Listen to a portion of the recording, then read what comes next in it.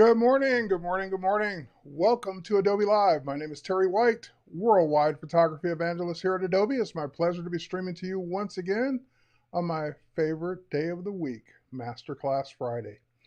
Masterclass Friday, for those of you who are new, is the dedicated day for the Adobe evangelists to stream their favorite disciplines, their disciplines that they're known for. Graphic design with Paul Tranny, photography with myself, Terry White, um, motion and video with Jason Levine, UI UX design with Howard Pinsky, and digital painting and digital drawing with Kyle Webster, and of course Katrina, our new CCX, or I should say Creative Cloud Express or Adobe Express evangelist. That would be the proper name, Adobe Express. So I see people chiming in from all over the world, including early morning, I guess, in New Zealand. Welcome Stefan over on Facebook and MD Artful over on LinkedIn. Great to have you all here and great to see you on the various platforms, including the main platform that we'll be talking to today, and that is Adobe Live over at b.net/Adobe Live. So even if you are going to continue watching on Facebook, YouTube, Twitter, LinkedIn, wherever you are, that's cool. You can hang out there and I will try to pay attention to that separate chat as well. But the main chat that I'm going to focus my attention on is the one over at b.net/Adobe Live. So if you have a question that doesn't seem to be getting answered, make sure you head over there with your free Adobe ID, log in, and then I will more than likely see the question there. But even if I don't see it, because I do get involved with the demonstration, if it hasn't been answered in a while, just post it again. I'm not missing you on purpose. There's a lot of chatter that goes on between members or between viewers, and a lot of times I don't recognize it as a question. All right, so with that, and sometimes the moderators and the people in the chat will also recognize your questions. Like Sam Peterson's there as our moderator, so Sam may see your question and answer it as well. All right, with that said, today is a day that I haven't done. I don't know if I've ever done it on the Masterclass, but we oftentimes get so caught up in the new releases and the new features and making sure you know what those are, that we don't once a new update comes out, we show you the new feature and then we kind of just continue on. And then the next new update comes out and we show you those new features and we just continue on without ever really going back and just recapping some of the best features that have been around. Maybe they're new, maybe they've been around for years, maybe they've been around for 6 months, whatever it is. Just our favorite features, in my case, across the board with Photoshop and Lightroom. So that's what I'm going to focus on today. So this is not this is what's new. This is what's cool. These are some of my favorite features of all time, some of which are new, some of which are old, some of which are in the middle. So with that said, I'm going to pay attention to the clock, and I could easily get carried away in Lightroom or Photoshop, but I'm going to try and split the time evenly. So at the bottom of the hour at 11:30 my time, 8:30 Pacific time, I'm going to switch over. So in other words, even if I'm not done, I'm definitely going to make the case to switch over so that both sides of the equation, Lightroom and Photoshop, get equal time. And Lightroom's going to get a little bit less because we're 4 minutes into it already. But anyway, let's go ahead and dive in. All right, let's turn that off. Let's switch over. We're in Lightroom Classic, and I do have Lightroom open as well. We'll be talking about doing things in both. So Lightroom and Lightroom Classic should also get a good fair amount of exposure to each side. So whether you're on Lightroom or Lightroom Classic, let me switch back to Lightroom Classic. There we go.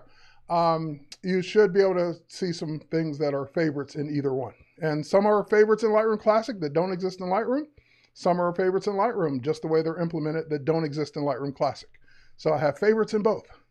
All right, so with that said, let's dive into the first favorite, which is in both. It is in Lightroom and Lightroom Classic. It's one of my favorite things. I use it all the time.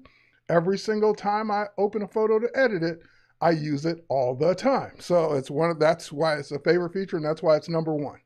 When I go into the develop module, I can start to look at a photo and say, oh, it's overexposed, it's underexposed, the highlights need to be raised, the shadows need to be raised, so forth, so on. Maybe it needs a little of this, maybe it needs a little of that. But what I always do is let Lightroom have the first crack at it. In other words, I let Lightroom decide what it thinks it needs, and then I'll make adjustments to my liking. So that way, instead of me having to go in and touch every single slider to get it where I want, I'll just go over here, and my favorite first new feature in Lightroom and Lightroom Classic is Auto Tone. So I'll go ahead and click Auto, and that will start the process. Again, Auto is almost never I click it and I'm done. It's a starting point. It gets most of the sliders engaged, and then I go tweak the ones that I think should be a little different than what Auto picked. So Auto is my head start to every photo I edit all the time, because you can't go wrong with Auto. Even if you didn't like it, even if you hated every single slider it moved, undo.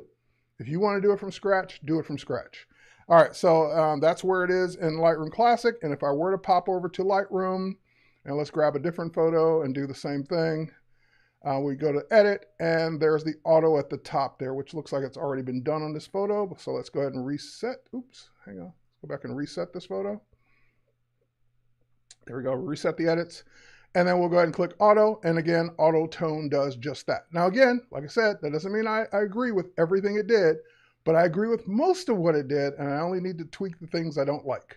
All right, so if we go back here, the only other thing I would tweak on this photo, well, the main thing I would tweak on this photo first is the white balance, because I can see a little bit of warm color up here in the white background, and it shouldn't be. It should be white. So I'll just click that with my white balance eyedropper to fix the white balance in the overall photo. Then I would go from there and keep tweaking.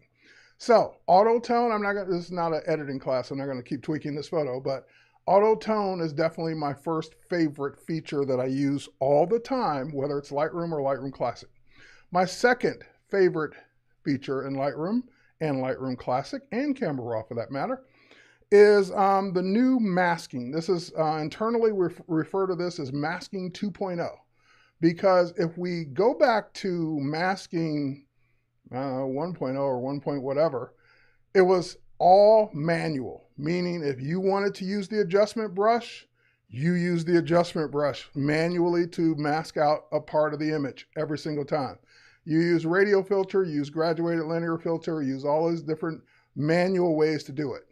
Well, the new masking is so phenomenal that I could never imagine going back to doing it the previous way. So what I mean by this is there's a masking icon, again, both in Lightroom and Lightroom Classic. Here it is in Lightroom Classic. I click the masking icon, and I still have all the manual ways to do it, so I can still do it manually, as I always did. But these two at the top change everything. This is the new AI, what's the best way to put it? AI-tuned masking feature. So for example, if I wanted to select the guy here or the main subject of the photo, I just click Select Subject, and boom, he's masked. Now, again, think about this. If you wanted to do that before, you grab the brush and you literally painstakingly paint every single edge, every single little bit of the guy. And so instead of one click, it would take me minutes. I had to zoom in, make sure I've got a lot of detail. Now, even with Select Subject, because AI-based doesn't mean perfect every time, it missed a little piece inside of his cupped hand that he's hanging down there. Like it grabbed that instead of leaving the background alone. And one of the bags he's carrying did not get selected. Now, I know this already because I've done this image before, but let's say I didn't know it. One of the other favorite features is that because you can do Select Sky and Select Subject that are AI-based, you can use those as a jump off point so that you can get what you really want. Because I don't really want to select him in this case. What I really want is to select the overexposed, blown out city market that he's in, the background. But it's much easier to select him and then click Invert to select everything else but him. That way, I don't have to painstakingly paint everything else to get it all selected. Now I just go ahead and say Invert, and now I can say, oh, I can see the bag didn't get selected. I can see his hand selected part that it shouldn't have selected. So each mask, and we can go ahead and name this mask, we can call this the guy or the background in this case now, because it is the background. And I could say, oh, well, let me add to that mask or subtract from it. So if I hit add, then I can use any other method that we already discussed to add to this mask.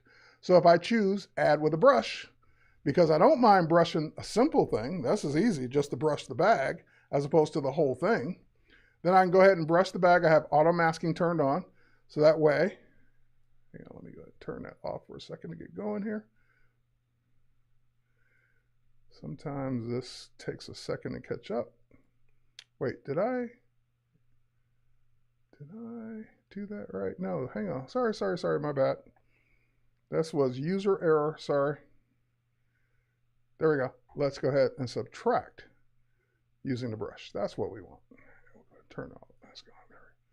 There we go.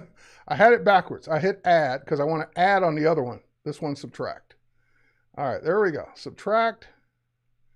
That's why it wasn't doing anything, because the bag's already selected. So I forgot that I had inverted it already. All right, so anyway, now we got the bag subtracted. Now we want to add in the part under his hand. So we will go ahead and click add again. So add this time is the right way to do it. And we're going to go ahead and hit our brush size to make our brush really smaller. I can go ahead and grab a stylus, and we can go ahead and just literally paint inside of his hand there to kind of deselect that little piece inside of his hand. Okay, that's it. I'd zoom in and do a better job, but you got the idea. So now the subject is the background because we selected the subject, we inverted it, we added and subtracted the two pieces that were missing or didn't get selected properly, and now we got the background selected perfectly. So now with the background selected, I can do anything I want. I can go ahead and, for example, just lower the exposure of the background to make him stand out a little bit more. I can really lower it down, but anyway, you get the idea. Lower the background. I don't want to lower it too much because instead what I want to do is use a little bit of dehaze. So the dehaze will make that background nice and rich, so the colors that are really there and really make my subject stand out. This is the kind of stuff that, again, if you were to do this in Lightroom a year ago, it would have been, a year ago, because it was October. So more than a year ago, it would have been extremely time consuming. Not necessarily painful, but definitely time consuming to do just those couple clicks, little brushing, done, and away I go, as opposed to having to brush the whole thing. So masking, the auto masking, select sky, select subject, and then of course, the other masking that we already had is just phenomenal to have this in Lightroom and Lightroom Classic. Okay, next one on my list is super resolution. This is one that would have taken, again, you would have either had to go buy a third-party plugin, Topaz comes to mind, or you would basically just not get the same results. So what I'm referring to is with super resolution, I have a small old photo here that's less than a megapixel. It's 776 pixels wide by 676. It's an old family photo. Someone sent it to me, and that's the resolution they sent it to me in. And if I were to look at this photo in loop view, it's old. It's a Polaroid that someone scanned in or whatever. It needs a little retouching. But even before I get started, the resolution needs to be higher. Like I really want this to be a better, higher resolution photo. So with super resolution, you can take any image and literally duplicate the resolution with zero loss in quality. That's the main thing. You always have the ability in Photoshop to up-res photos. But when you up-res photos, you always gave up something. You always gave up on the sharpness, or you always gave up on the quality of the image. Wasn't as good as what it looked like small. It would give you the higher resolution, but just wouldn't look exactly the same. Now it does. So if I right-click on this photo, and I go to Enhance, and again, this is in Lightroom, Lightroom Classic, and Camera Raw. If I were to go to Enhance, Super Resolution is already selected, and it estimates the time is going to take about a second to do this, and I can even stack it with the original if I choose to. But I'm going to keep it unstacked, and I'm just going to go ahead and say do it. There's a progress bar in the upper left corner. It will make a brand new DNG RAW file next to this old JPEG that I can now work on. And you might say, well, can I do it again? Can I do it again? Can I do it again? Can I like keep duplicating it until I get it up to, I don't know, 20 megapixel, 40 megapixel image? Yes and no. Like if you try to do it now, it's going to tell you you can't. So if I were to go and enhance and say, oh, do it again, it's going to tell you it's already been done. So it's not going to let you do it. But there's ways around this.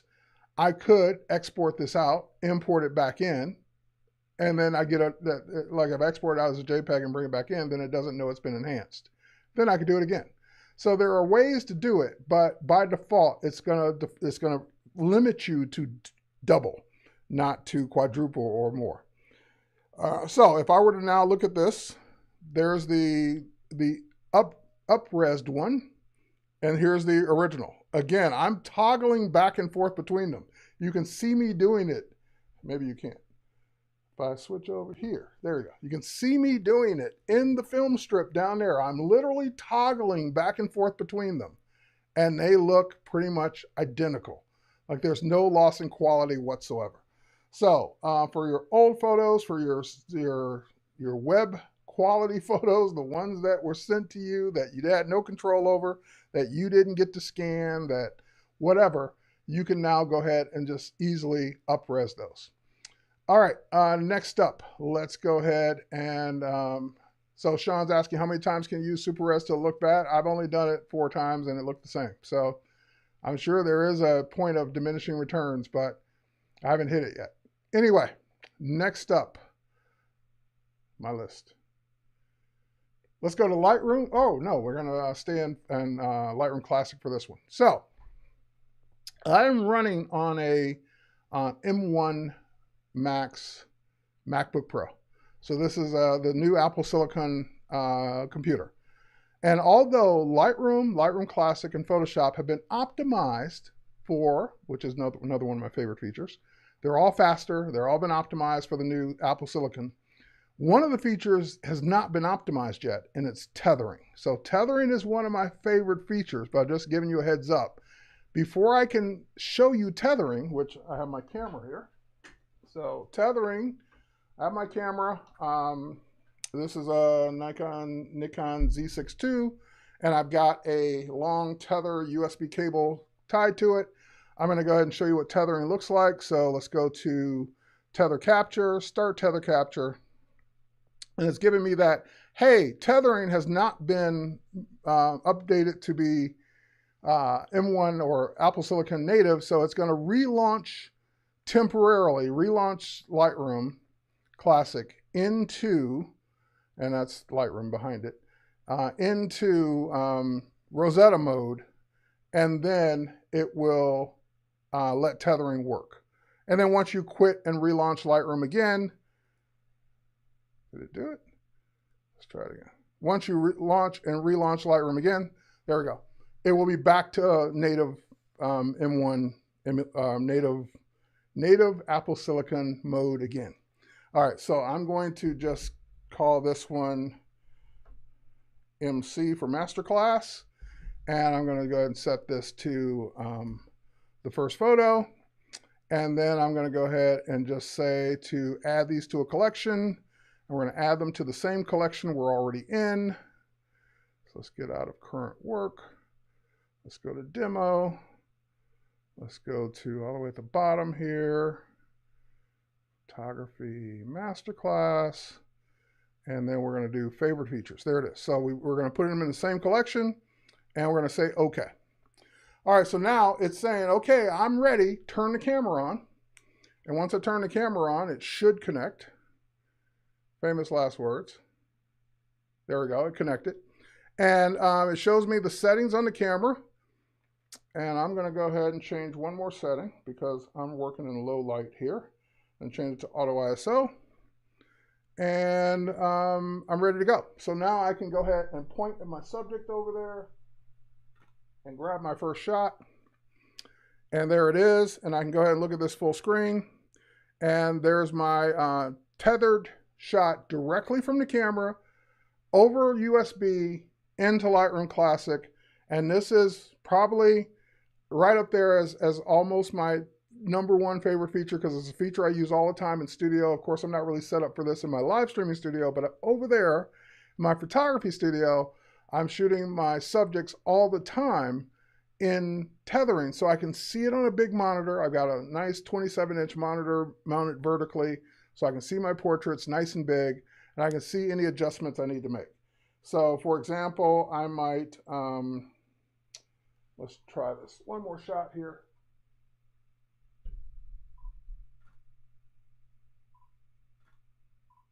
All right, I took 3 more shots, and they're coming in almost as fast as I take them.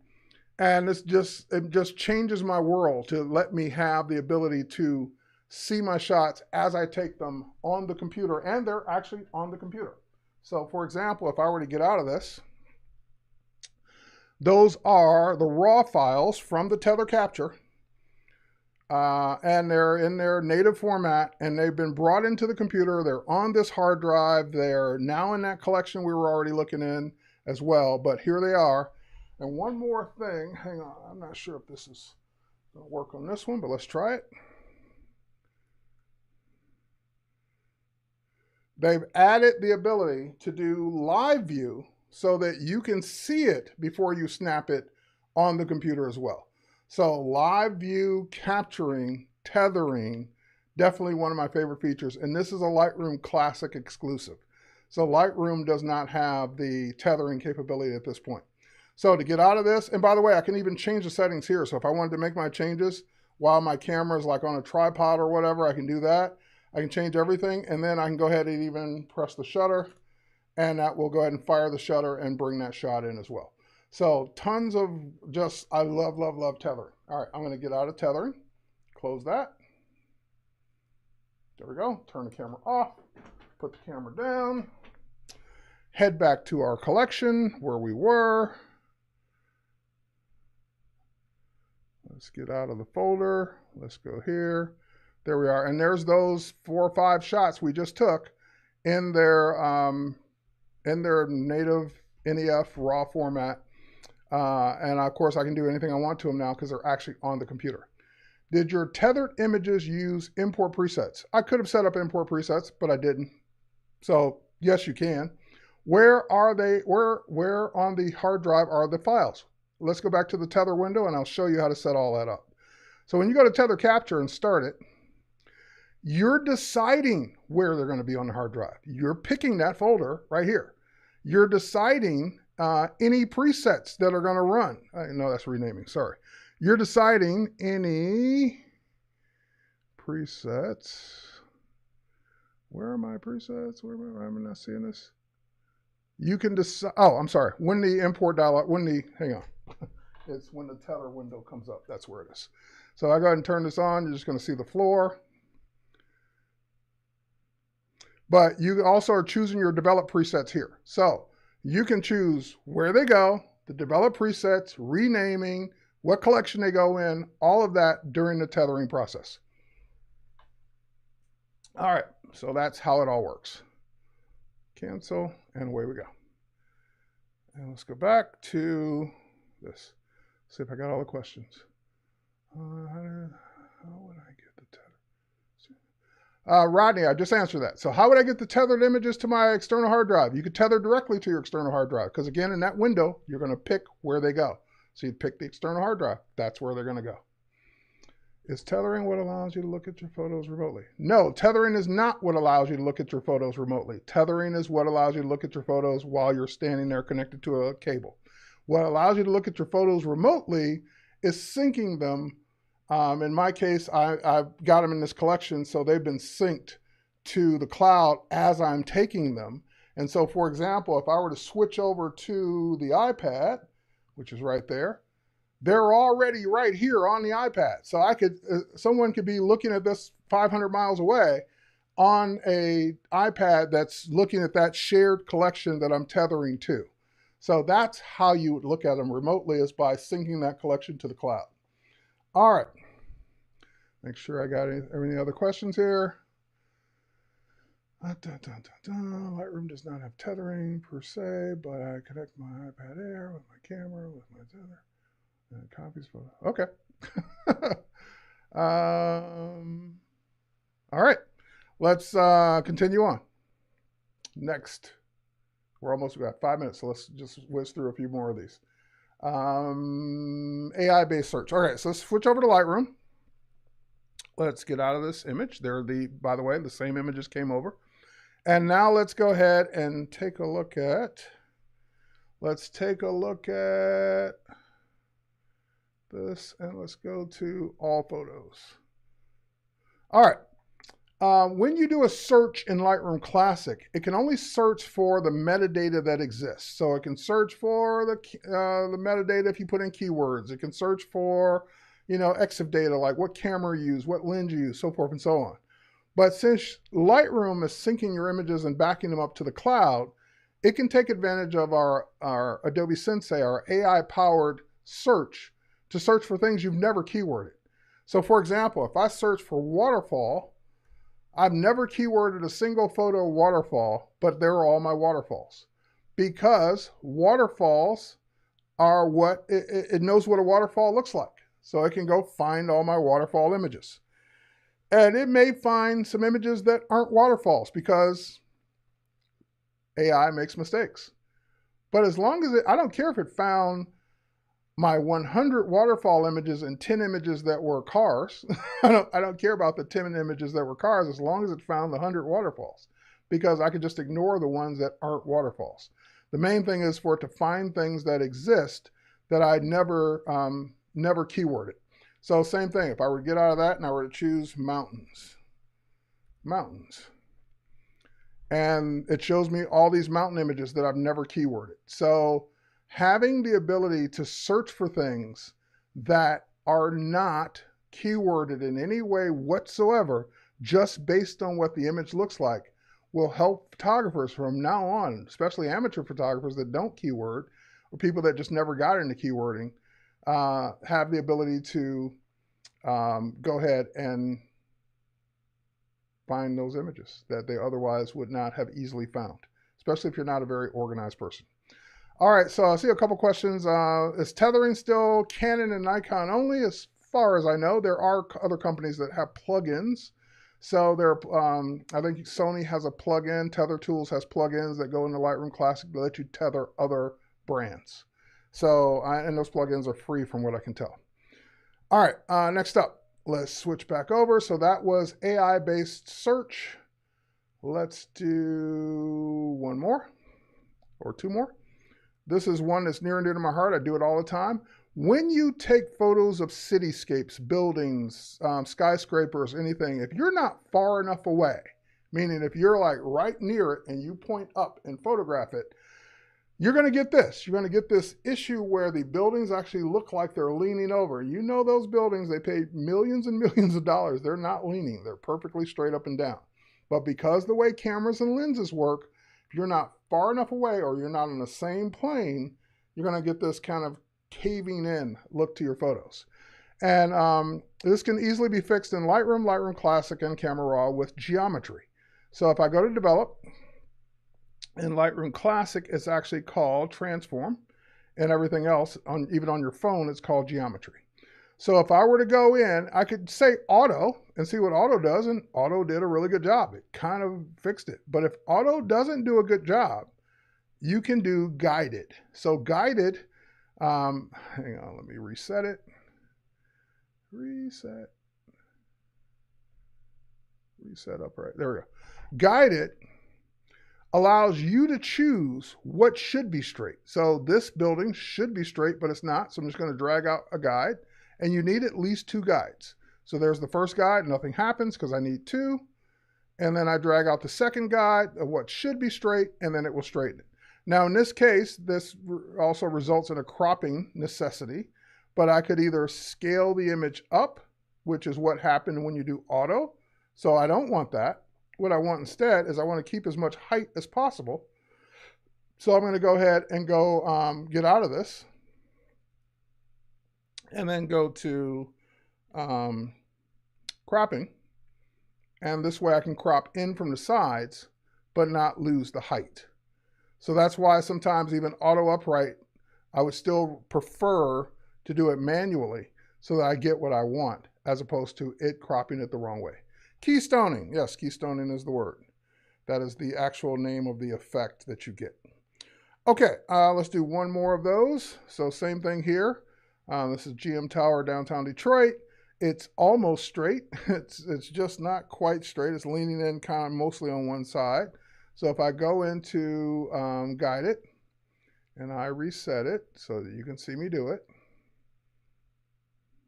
There we go. And I go in and do Guide It. I can say that this tower is crooked. That should be straight.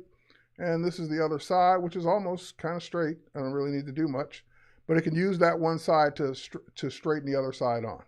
And so same thing, I could, since I've got more sky there, I could just scale up, or I could just go in and manually crop and get it the way I want. All right, so that is upright. That's a feature I still use all the time. Can you autofill those cropped areas? Not in Lightroom. You can do it in Photoshop, but not in Lightroom. All right, next up. So many things, so little time. I'm going to give it 1 or 2 more minutes because we did not give Lightroom its full half of the stream. But let's go ahead and do 1 or 2 more before we jump over to Photoshop. Let's go in and talk about presets. So presets are something that a lot of people take for granted because in most cases you had to create your own. So if you wanted a photo to look a certain way, when you went into the develop module, you would go ahead and develop it the way you wanted it to look. So you would go in and do all the things to it and add maybe a little dehaze and just kind of add a little bit more contrast to this photo and kind of just really make it look like nice and rich and detailed. And then if you wanted to do that again and again and again, you would head over to presets and create your own preset. That's great. So you create your own preset, deep look, and save it to the user presets, and you can tell it to basically do all the things that could be done that you might have done to it so that all those things get saved, except for maybe you also don't want it to do, where is it here? Maybe you don't want it to do, I don't see it because I'm just looking over it. But you can turn off the things you don't want it to do. So for example, maybe I don't want it to do the effects, and maybe I don't want it to do the upright stuff to it because maybe I did it manually. So I can turn that stuff off. Everything else gets done. When I save that as a preset, that becomes a preset in my user presets. However, let's reset this. Let's get it back to the way it was. However, Adobe has been working hard at giving you premium presets. So all of these presets that say style are ones that come with Lightroom and Lightroom Classic to let you have more choices if you're not an expert at creating your own presets. So for example, if I do subject landscape, I can just hover over these to kind of see, oh, yeah, I kind of like, maybe I like that one where it was really warm. I like that effect. Let's say I do. And then when you click it, you get the ability to, in other words, you can still do anything else you want to do to the photo, but now you basically have applied that particular preset. If you don't like it, you can go choose a different one. And of course, these are all, I don't know if they have any for wildlife at this point. They don't. But you have presets that allow you to get a jump start on your photos by category, so that you can not have to be an expert at creating these various looks. So for example, there's a black and white look I like for the zebras, but if you want to choose a different look, you can. And there's some for portraits as well. So if you work with people most of the time like I do, there's portraits deep skin, portraits medium skin, portraits light skin, that will help you get the colors of your portraits looking better as well, skin tones especially. All right. Constraint crop. Do I use full what? So the question is, Terry, do you use full? I don't know, maybe full what? All right, let's keep going. Dun, dun, dun, dun, dun. One more, and this is a biggie, and then I'll let it go. I'll move on. When you want to print, so let's say I want to print these 3 photos. Or these 4 photos. Let's say I want to print these. If you were in Lightroom, you would have to export them. There's not even a print command in Lightroom. But in Lightroom Classic, there's a whole print module. So if I go to the print module, this is one of my favorite all-time features of Lightroom, is that you can design what you want your prints to look like. Now, since I selected 4 photos and I'm on a one-page design, each photo is going to be set up on its own page. But I can go in and I can not only completely redesign what it's going to look like. So I could say, for example, give me 2 rows and 2 columns so that all 4 photos will fit on the page. That's cute. But what I really like is the fact that you can really get into some design and artistic capabilities as well. So for example, maybe I want a fine art matte where the photo is lifted above it, and maybe I want to also have, let's go in and let's say that I also want to turn on my identity plate, and I'll move my identity plate down, and I want my identity plate to be larger, and I want that to be part of the print as well. I could also go in and adjust the cell width and height so that my border is around the image. And so that way, if we didn't show the guides, that's what my print would look like. It would actually look like something that you set up as a Photoshop template, or something that you set up to look in a very nice way. So you can go in, for example, I've got some presets here that I've been working on over the years. So let's see here.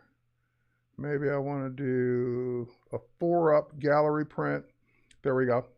And in each one, the image can be moved around so that you get it just right. And then you can go ahead, and these images, of course, haven't been adjusted, but you can go ahead and then print this out or export this out so that it can be printed by a professional printer. So which do I prefer, Lightroom or Lightroom Classic? I am a Lightroom Classic user because I use things like the print module that aren't in Lightroom. I use tethering that isn't in Lightroom. So for the reason that there are features I use every single day that don't exist in Lightroom, that keeps me being a Lightroom Classic user. All right, next up. So I have more things I could show in Lightroom, but let's move on. Otherwise, we'll run out of Photoshop time. So let's head over. Well, wait, one more. Okay, one more really quickly, because this is a big one. This is another reason why I like Lightroom Classic over Lightroom. Let's say I want these 6 photos to be adjusted the same, because they're from the same scene, they're just different photos. So in Lightroom Classic, if I select them and I have auto sync turned on down here in the bottom right, auto sync, then that means whatever adjustments I make will happen to all of the ones that are selected. So for example, if I do that auto tone, if I do that dehaze, if I do add a lot of vibrance to the photo, if I do add a lot of saturation to the photo, if I just make that really mountainous area look really rich and beautiful, I do that once, and it's now happened to all the photos. So imagine needing to do the same, even a simple adjustment, even one thing, to 500 photos. Select 500 photos, do it once, and you've done it to 500 photos. This is the kind of speed and adjustments and things that just can't be matched by other pieces of software. Now, you can effectively do this in Lightroom, but you would have to do it to one photo, copy it, select the other 499, and hit paste. So it can happen. It's just a copy and paste versus doing it live. All right, now let's head over to Photoshop. So switching gears, let's go to Photoshop.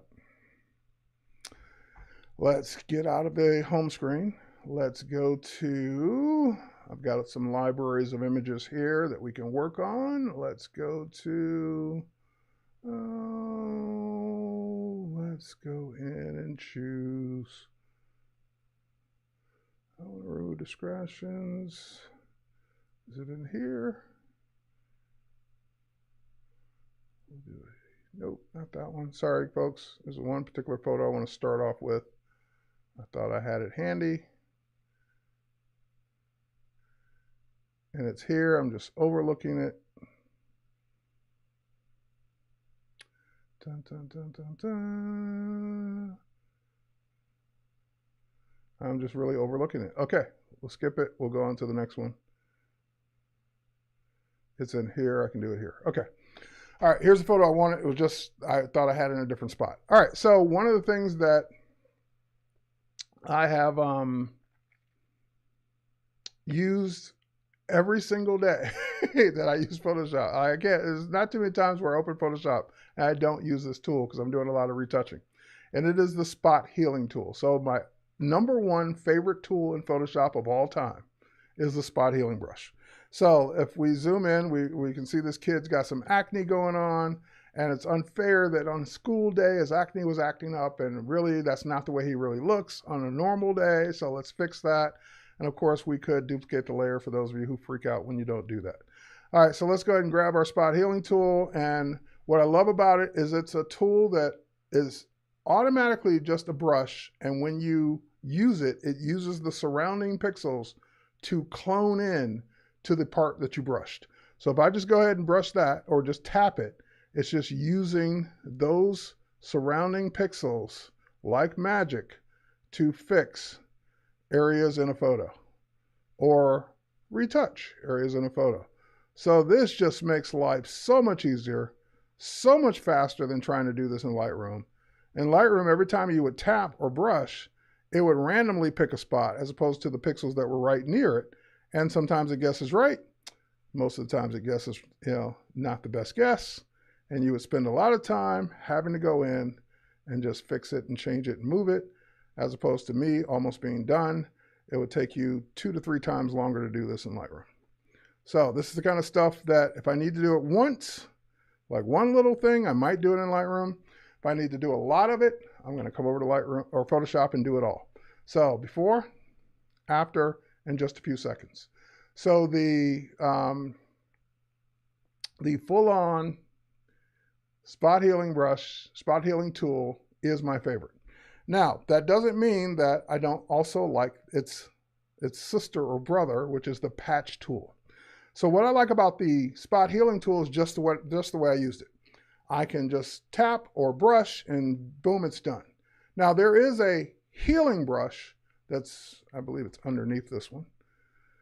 There's a regular healing brush tool that works more like the clone stamp. This healing brush tool was first, and therefore you have to sample, you have to choose an area to sample from. So you'd have to hold down your Option key, click, and then it would go ahead and use that area. So sometimes you may need that. You may not want it to use the pixels surrounding. You may want it to use the pixels on, nearby, but not the ones directly around it, because maybe they're also, bad pixels. So you can use both of those tools, but my favorite of all time is spot healing brush. Now the patch tool, what I like about the patch tool as opposed to the healing brush is it's kind of a cross between the healing brush and spot healing brush, because it lets me select a big area or a small area, but choose where it's going to be cloned or patched from. So for example, I could select these dark shadows under his eyes, and I could say, okay, I can make a nice big selection, and I can say, well, where do I want it to pick up and replace that from? As I drag, I get a preview, and that's my favorite feature about this tool, is that I get to see what it's going to do before I do it. Now, when I let go, that will do it, but it will make it look unnatural, because like no one is, like even a newborn that basically doesn't have any, very few people have nothing under their eye. Like, unless it's been heavily made up or heavily retouched, you're going to see something. But what I like about the patch tool also is that it has a fade feature. So that if I don't want to completely remove it, but I just want to reduce it, and I use this a lot, is I'll just go to Fade Patch Selection under Edit. That'll bring up a little window over here on my other monitor. There we go. And then I can go ahead and just dial it down. So it's like undo the patch tool on a slider. If I dial it down to 0, it goes all the way back to where it was. I can maybe take it up 50%, around 50%, to remove half of the shadow, half of the darkness. Not all of it, but like reducing it by half. All right, so then when as long as you don't deselect, before you use the before you use fade, fade's available. If you deselect, fade is grayed out. So you have to do it while the patch has been done and is still selected. So same thing here. I let go, it's been done. I have not deselected. As long as I haven't deselected, fade patch is there. Once you deselect, fade patch will be gone. All right, so again, I can dial it back down and just reduce it. I can take it all the way down, bring it all the way back, or just reduce it quite a bit to where it's not as noticeable. That way, it still looks natural, still looks like he's got stuff under his eye, but it's nowhere near as much. Um, Ozzy's like, I'm just reading your comment. Would your second best tool be the patch tool? Yep, I'm kind of doing them in order. All right, my next one. Let's close this guy. Let's go back. And let's go ahead and we're going to come back to those. Let's go ahead and choose. I've got one here. You know what? Let's just do it from Lightroom. Let's go to Lightroom and let's go ahead and choose. We're still looking at mountains, right?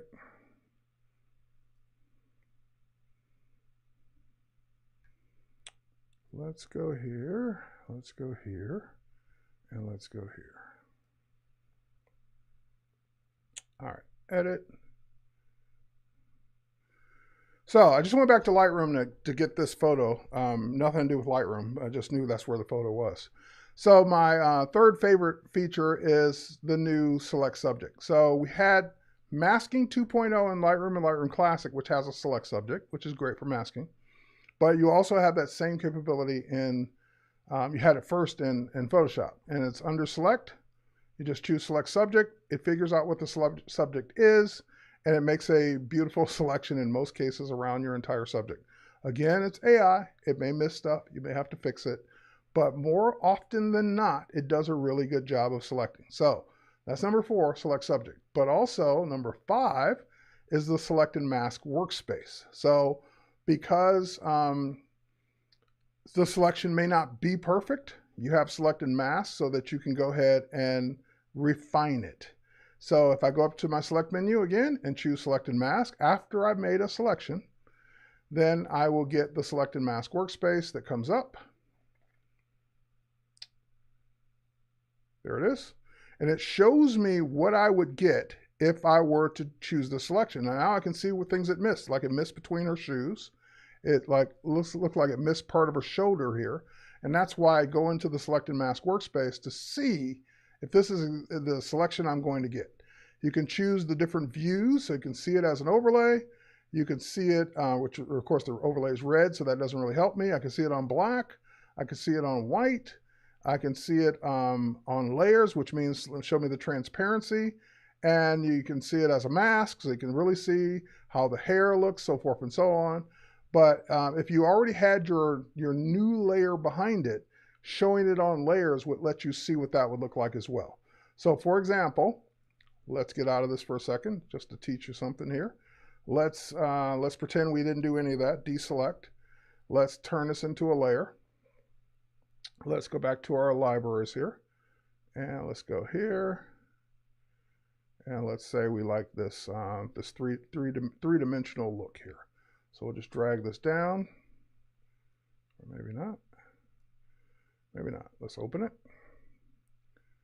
And then drag it over this way. There we go. We'll pull it down. Before we do that, undo. Let's make it the right size. Hold down our Option key so it does it from the center out. There we go. And now we'll lock that in and pull it down. Okay, so now we've got that layer behind it. So we would see what it looks like when we do this. So let's do it one more time. Select subject. And let's go ahead and select a mask.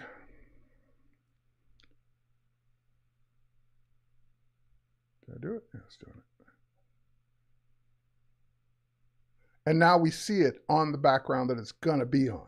So that red will show up even better because we know it's going to be on a white background. We can see the pieces that are missing, so forth and so on. And now that you can see what didn't get selected properly, you can go in and fix it. So for example, there's different brush tools.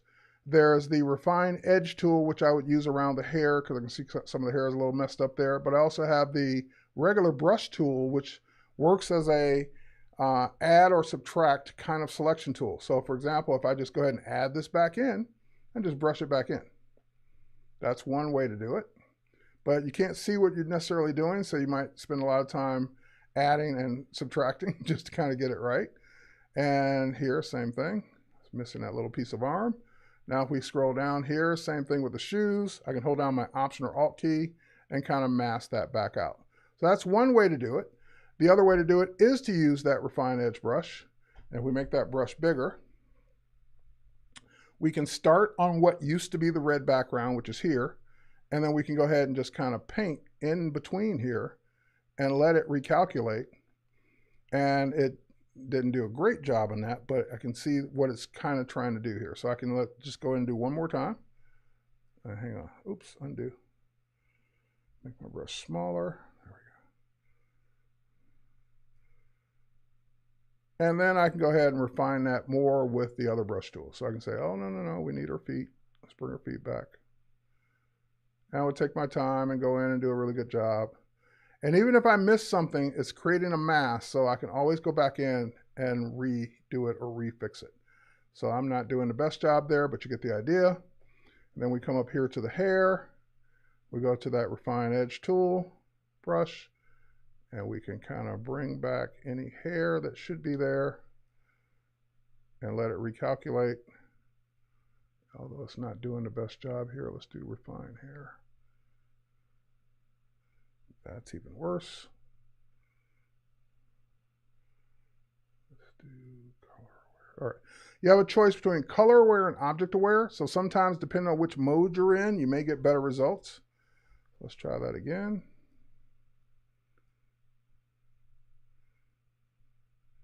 And I am not getting good results on this.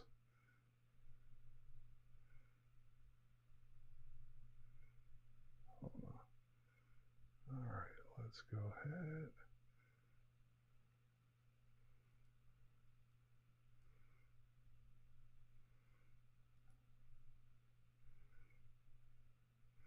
All right, I'm going to spend a ton more time on this. Let's put some of this back in manually. And then we would come back in and keep working on those edges. I think it just missed a big clunk of hair and it didn't know what to do with it.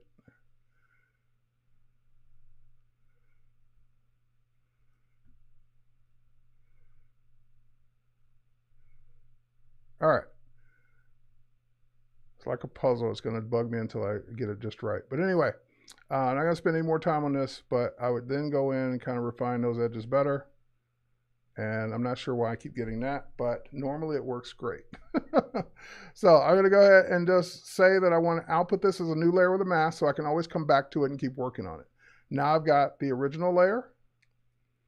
I've got the new layer with a mask, and if I double click on the mask, I get right back to selected mask so I can keep working and getting that hair just right.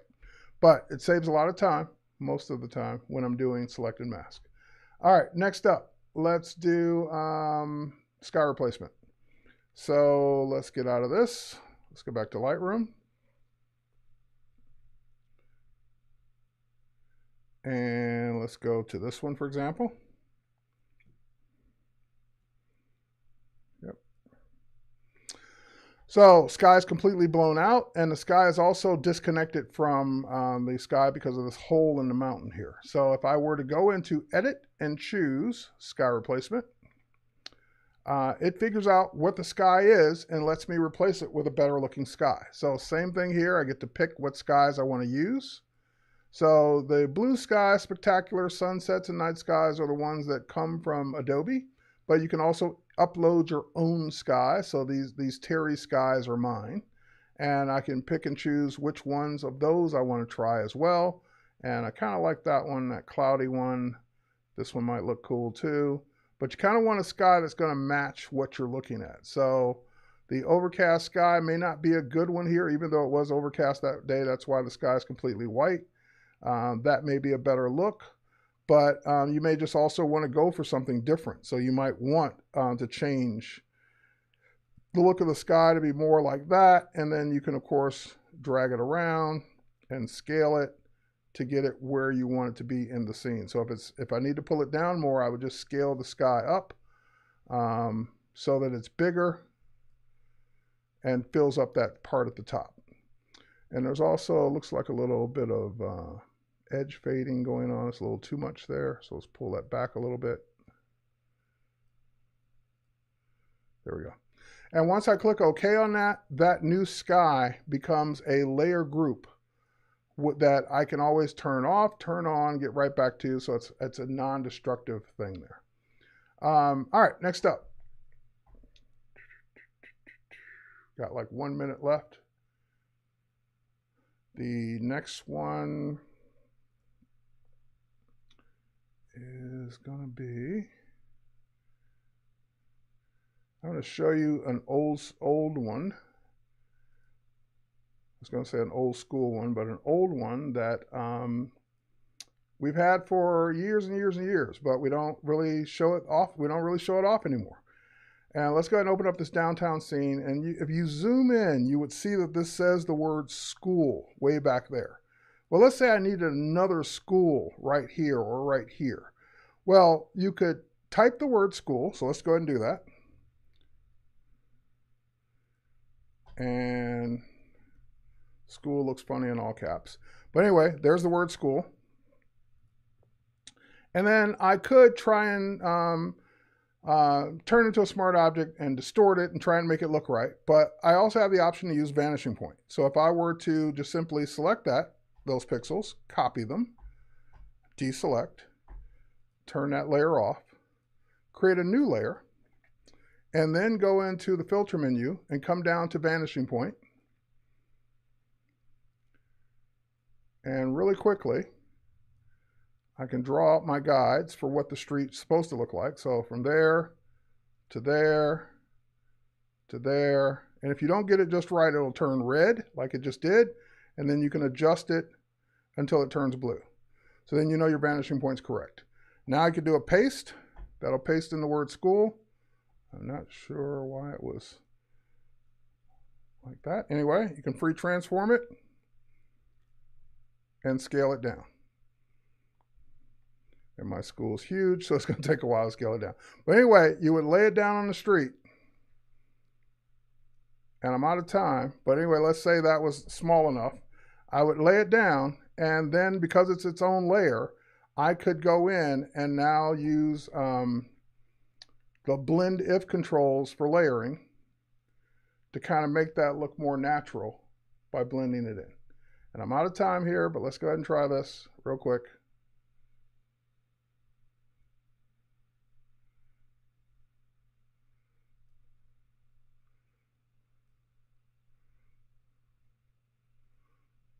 Something like that.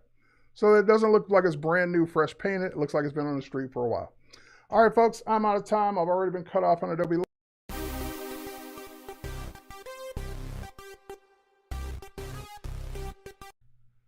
Cheers, everybody. Thanks for watching, and we'll catch you next week here again on a Friday, where I will try and keep it within the hour. Bye, everybody.